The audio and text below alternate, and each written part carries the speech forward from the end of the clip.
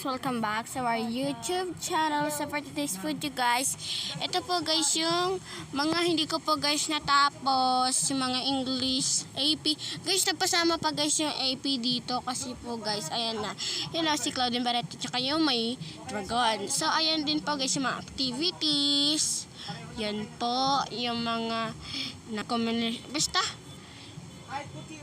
Tapos ito activities din po, activity 1. So ito rin po guys. Ayan din, number 2, sasagutan.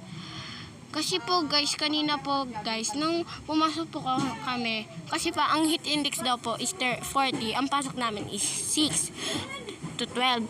Pero ang pasok na, kung ang heat index po ay 39, is ang pasok namin is back to normal school regular. So ito po guys yung mga binigay po na sa amin na mga activities, synchronous activities po. Ayun po.